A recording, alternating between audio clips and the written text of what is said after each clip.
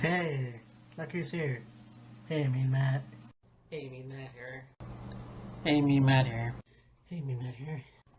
Hey, Mean Matt here. Hey, Mean Matt here. Hey, Mean Matt.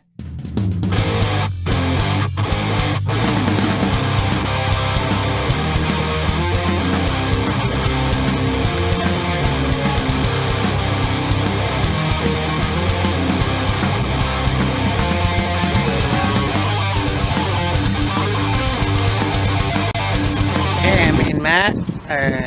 Yeah. You know, I made a vow never to complain about the summer and how fucking hot it is. Because obviously in a few months. Anyways, I'm here with Killer Kyle and we're talking. And I wanted to do this video because I thought Raw and SmackDown were pretty interesting. Yeah. But what I find interesting was reading, I can't remember what site it was, Adam Copeland is now clear to wrestle. Right. Yeah, so he said, okay, he's free to wrestle, but at the same time, the WWE nor Adam Copeland feel it's a good idea for him to go back into the ring. Now, if you saw SummerSlam, you obviously saw the pre-show where Edge came out and he speared Sam Elias. I say Samson, same thing. Yeah. I don't know what to think about this, because on one hand I'm like, yeah, you gotta think about his health. On the other hand, if you're clear to wrestle, hey, why not? Yeah, I mean, take into consideration the fact that Daniel Bryan retired a couple years ago because of concussion problems and problems with his brain and that. So he retired, and they had him do commentary for the Cruiserweight Classic, and then eventually become the general manager of SmackDown, and then that ran on for a little bit. And then when they decided, okay, we're not going to have commissioners anymore, we're not going to have general manager anymore, it's just going to be Raw and SmackDown as is, we're going to compete and all this other stuff. We're not really going to have anybody in charge, we're just going to have it the natural way, if you will. And then there was the whole bit where Daniel Bryan got in the ring and he was talking about retiring and being the general manager of SmackDown. And then he was talking about how he went and saw doctors and specialists and neurologists and, wanting to have them take a look at his case again and just, check on his brain and all this other stuff, see how he was doing, whatever.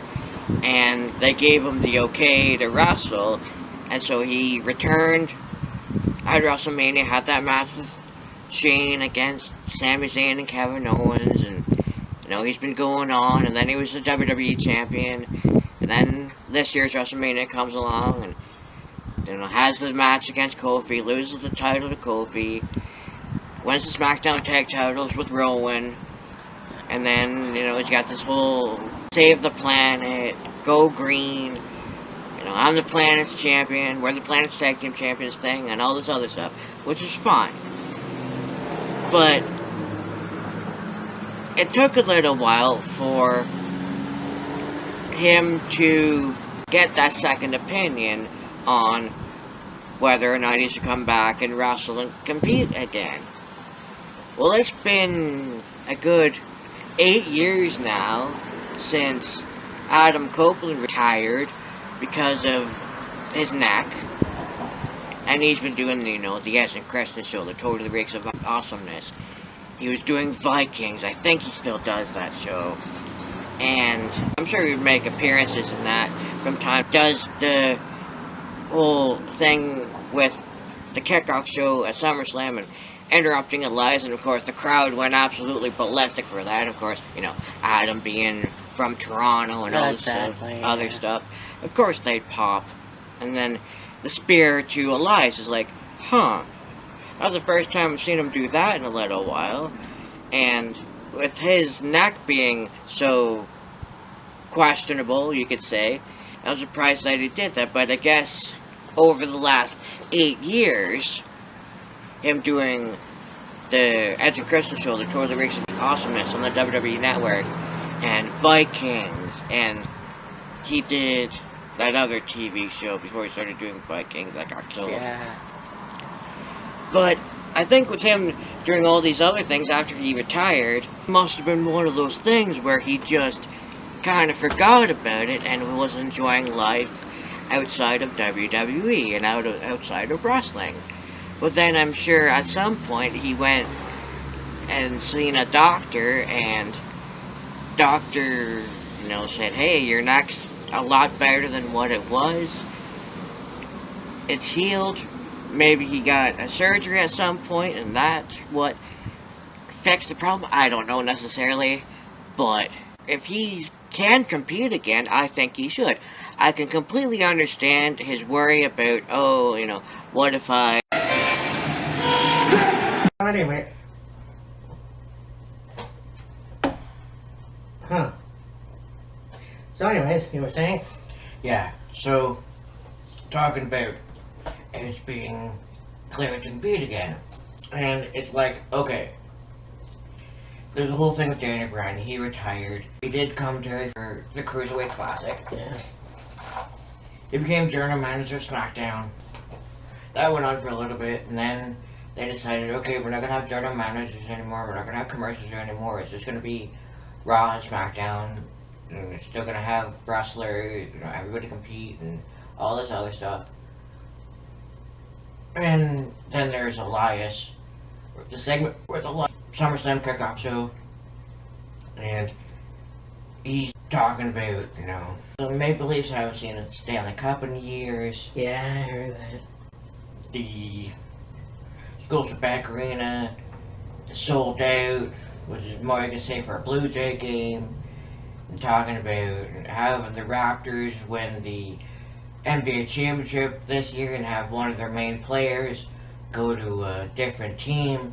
And of course Edge comes out, gets in the ring, and it's got the whole energy and the excitement and getting the crowd into it and all this other stuff.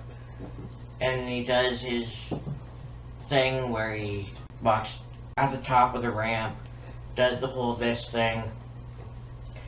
No fucking pyro, by the way, which is dumb. Pretty much. Because they had pyro on the show, beginning of SummerSlam, and for Brock Lesnar's entrance. And they had, of course, the whole usual typical Goldberg entrance. But, why not fucking give, Edge pyro for his entrance, too? I mean, yeah, he does his usual entrance thing, but it seems lame without the pyro. It does, but it's one of those things where it's like, once you have it, why complain about it? True. But, anyways, back on topic. So yeah, Edge comes out, does his whole entrance, gets in the ring, and of course, it's in Toronto, the fans are loving it. Yeah. Welcome back, Edge, and all this other stuff, and of course, Edge is soaking in the adulation from the fans, not having been in a WWE ring in quite some time. Right. Well, I made the fact that, hey, he's 45 years older, so he's got a full fucking head of hair, and I'm 35, and look at this shit right there. yeah, exactly. But, So yeah, he's taking in the adulation of the fans. Next thing you know, boom, spear on Elias. I was like, okay. With your neck being rough shape and questionable shape, surprised that he actually pulled that off. yeah. And then, sometime later here, Edge has been cleared to actively wrestle or wrestle again, whatever. Right. And it's like, okay, I can understand Edge being apprehensive about being a full-time competitor again. Because, well, there's a possibility, what if I wrestle again and, injure my neck again and it gets worse? I could be, paralyzed, or, I'll need another neck surgery, or I'll only be back for a short period of time and, have to retire, whatever the case is. I completely understand that aspect of it. Just the concern of the unknown. Now, I'm sure Daniel Bryan went through that same thought process. Oh, you remember I even said something about it. Yeah. I'm fucking concerned about his well-being. Right. And I'm sure Daniel Bryan had that concern himself.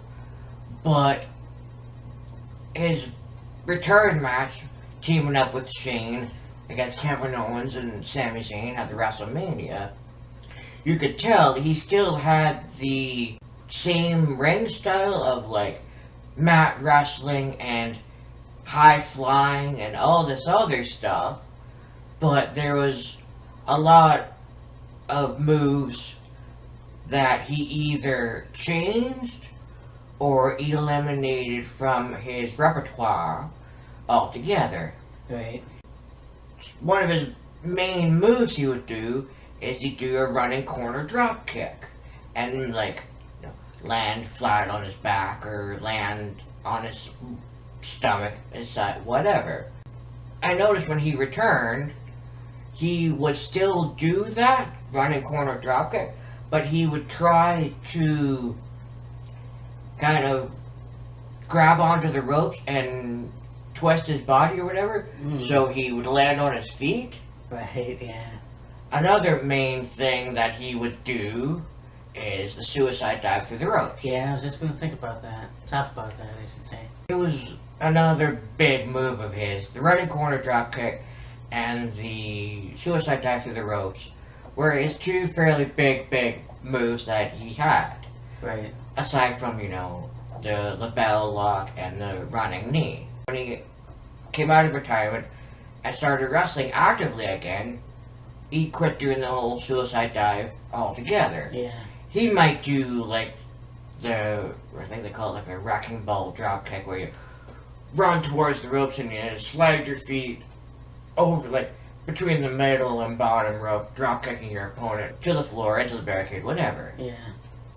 And another move that he did quite frequently, but I noticed he wasn't doing anymore, was kind of an a la to Dynamite Kid and Chris Benoit, the diving headbutt. Right. And, with concussion issues, Oh, yeah. the diving headbutt is not really a good idea because you're 10 feet in the air or so, whatever, and you dive off the top rope, and all your weight and momentum is coming down on your head, Yeah. but it's mostly into like your opponent's chest, shoulder area, kind of like right here. Yeah. Those are like the three big moves that he either changed or stopped doing altogether. Although I think there was one time just recently in a match, I think he did do the diving headbutt. Oh, really? I can't remember. It might have been like a SmackDown or something, but like he was careful about how he landed doing the running corner drop kick, and then he basically quit doing the suicide dive and stopped doing the diving headbutt altogether. And I can understand Edge's concern, and, well, the WWE's concern about his neck getting injured again, and, being careful about his neck. Much the same with Daniel Bryan and his head, and concussions and that. I'm sure, maybe after every match, who knows, Daniel Bryan will get checked out by the trainers, the doctors, whatever, make sure everything's okay, everything's fine, what have you. Yeah. And I'm sure if Edge got into talks with WWE about returning to the ring and wrestling, even if it wasn't full time, it was somewhat on a regular basis or whatever, that would be okay. It would just be maybe having a conversation about, like, I'm concerned about my neck. I don't want my neck getting injured worse than it already is. needing another surgery, whatever the case may be. Although at the same time, with, I think he still does Vikings, and the WWE Network original. It was Haven that he was on. Haven, yes. Yeah. He was on that show, and then they canceled that show, I think, or whatever, and then he started doing Vikings. Yeah. And I think with him still doing Vikings and the WWE Network highly rated show or whatever, the Edge and Christian show, it may be working around both of those schedules for him to wrestle. I'm not 100% sure, Yeah. but I mean, look at it this way, and you know, it's the same thing with Steve Austin. He got injured in 2001, right. then it was 2004, he got injured again, and so on and so forth. And he was stubborn, he kept ignoring the doctors and all Yeah. that shit. He got the operations he needed, Yeah. but at the same time, with his match with Alberto Del Rio, it was the last straw. So Yeah, basically. with Brian, it's sort of not the same because I don't know how many times he was fucking warned. Yeah. And he didn't really have a lot of injuries to my knowledge. No. So, and you know, the given fact that he's a lot smaller. True. Now, I understand his concern. I would be concerned as well. But at the same time, you're cleared for a reason. Yeah. So, if you can say, you know what, maybe one more match can't hurt. True. You know, like you said, Brian uses his move safely. I can't say that Edge can't use his move safely. Like, I don't know. I mean, he obviously did the spear on Sunday. Yes. He's got the executioner, whatever the fuck that was. You know, he had that leg lock, sharp, well, Sharpshooter, basically. yeah, something along those lines. I don't know what else, you know, besides the ladder matches that he had. What the fuck is dangerous with his neck? Yeah. And see, that's the thing. A lot of Edge's moves were traditional. You know, he's got the execution, kind of like an impaler DDT, if you will. Impaler, that's what it was. He's got the submission hold, but a lot of it was like, you know, throwing punches, leg drops, headlock, you know, all your basic moves.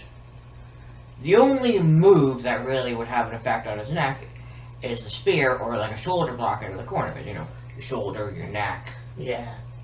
That would really be the only area that would get affected by a spear. Or because of the spear, that's the main concern. But I mean, he was able to pull it off on Sunday at SummerSlam, or the kickoff to SummerSlam, Yeah. on Elias. Fine. Yeah. Now, I don't know if they were like, hey, you know, here's what's gonna happen. You're gonna go out in the ring, you're gonna play a guitar, you're gonna run down Toronto. Edge is gonna come out and, you know, get in the ring, and then he's gonna spear you. We just want to make sure Edge is gonna be safe. So, be careful how you take the spear, I guess. Yeah. Now, that might not necessarily be the case, but, you know, something along those lines. And, you know, if this happens, that Edge comes back, okay, great, but, like, who can he wrestle against, I guess? Because there's a lot of people he could go against. Oh, absolutely. At the same time, is he won another WWE Championship on? Does he want to go for the Intercontinental title? And by the way, there's a rumor I found, or some, well, it's not really a rumor, somebody pointed out, I think it was Brian Zane, that they may or may not bring back the black strap for the Intercontinental title.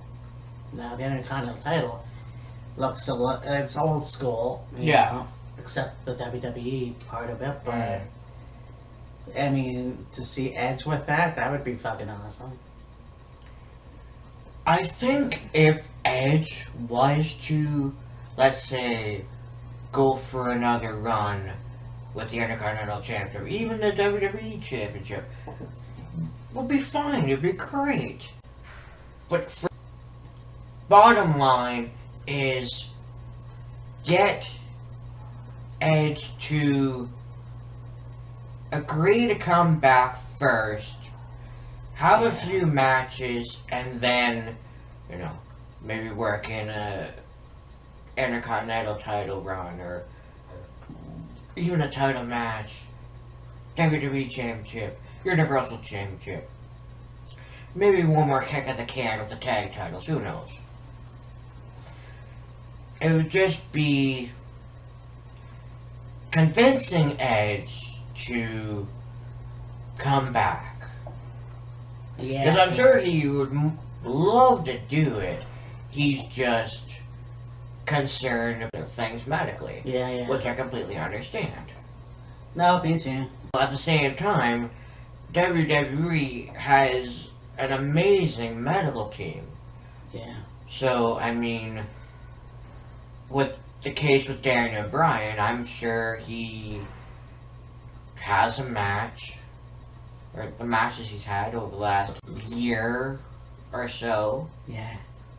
you know, have the match, and then afterwards go see the trainer. Trainer will check him over, be like, okay, you're good. Yeah. Yeah, that's Some ice, some rest, whatever. That's that simple. So, it wouldn't be impossible for Edge to come back.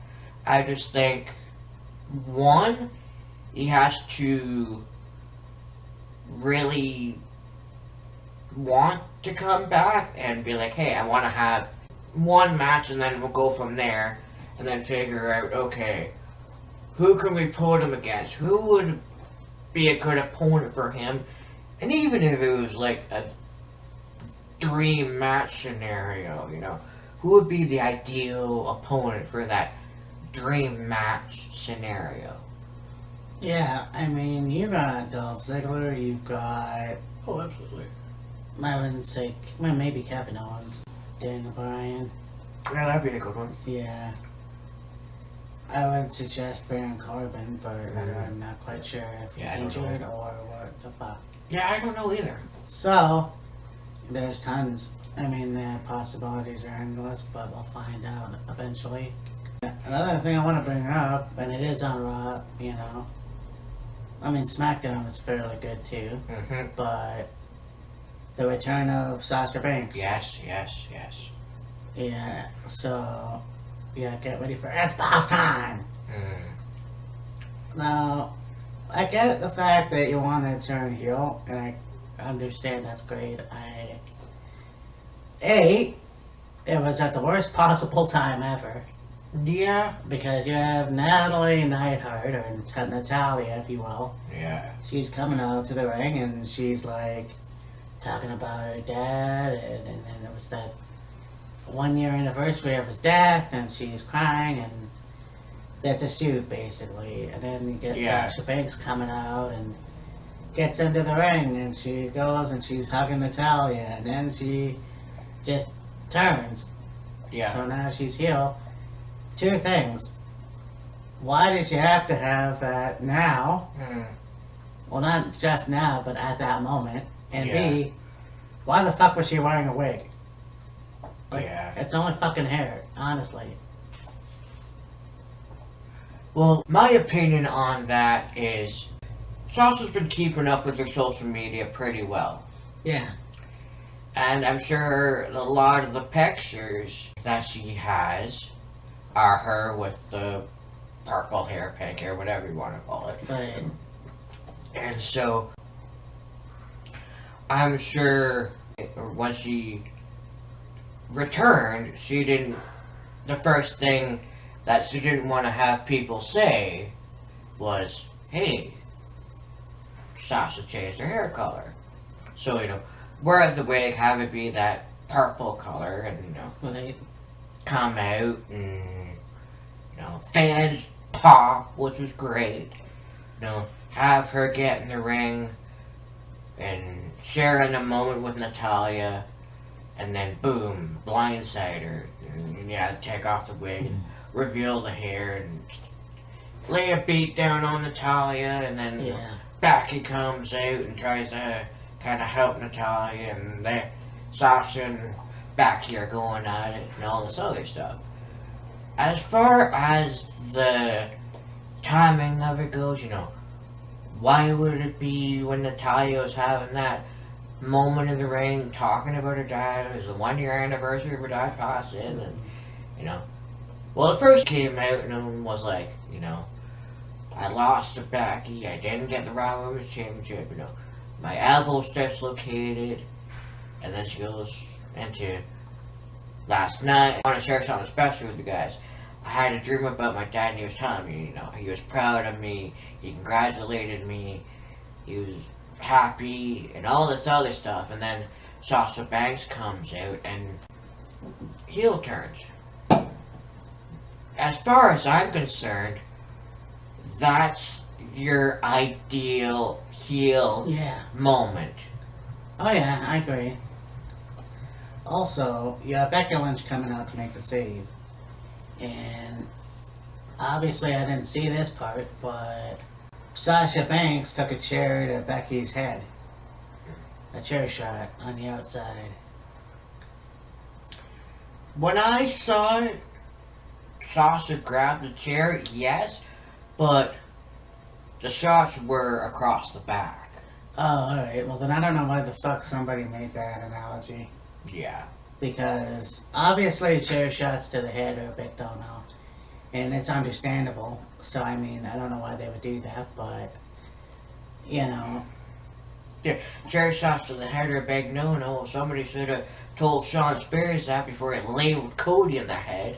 Oh yeah, but that's AEW. I mean, they probably have different fucking rules to that. Although I was watching a interview that Chris Van Vliet did, shout out to him.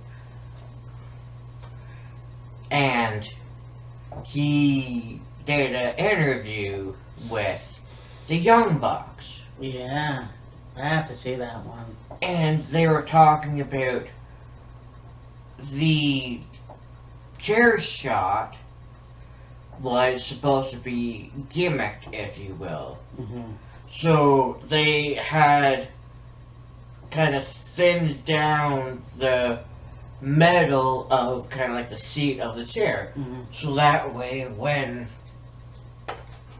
Sean came back with the chair and hit Cody in the head with it, it was stuck on Cody's head. Okay. Like he was wearing it.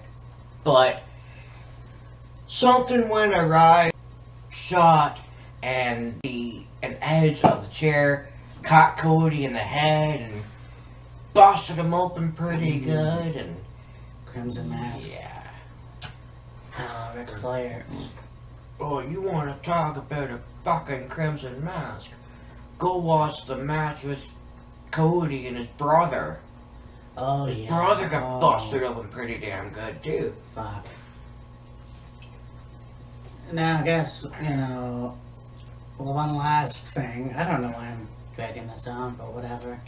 We usually do Wheels of Fury stuff, but anyways, what did you think about Bray Wyatt's entrance? That was interesting. Very, very interesting.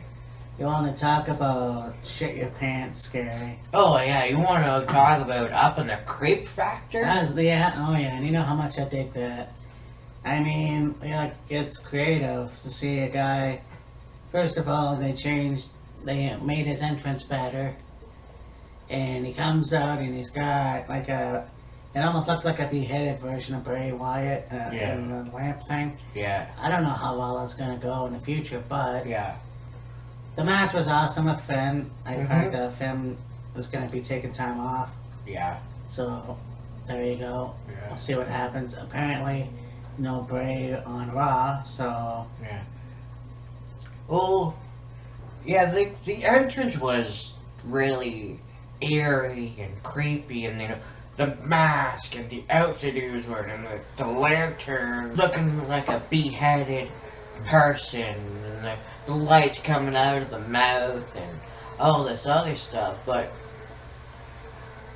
I think you had came up at that point, and I said to you, his entrance theme, the words sounded very similar to the original version, oh yeah, just a more yeah. metal Yeah. vibe to it, if you Yeah. will. It's like, hey, you go where you can with it. Yeah. Well, hey, they revamped a lot of theme music during True. the years, so I mean, that's fine. We'll see where that goes. And I mean, like, for this being a new character and like a darker side to Bray Wyatt, if you will, seems to have gone over really well. I mean, hell, the fans were behind it 100% at SummerSlam, Yeah, all the way. I agree with that for sure. I can't wait to see what else they do with it. Oh yeah, absolutely. Anyways, so this was set up like a Wheels of Fury episode, but that'll be happening on Friday. Well, we will be doing it. Looking at Wheels of Fury, look back at Calgary Stampede 1997, WWE in Your House. Yeah. So this was a pretty good episode. Another Wednesday wrestling talk. So anyhow, yeah, Cleo is in the way. Yeah, really. Anyway, so for me and Matt, with my guest, Killer Kyle, and we will talk to you later. See ya. Bye.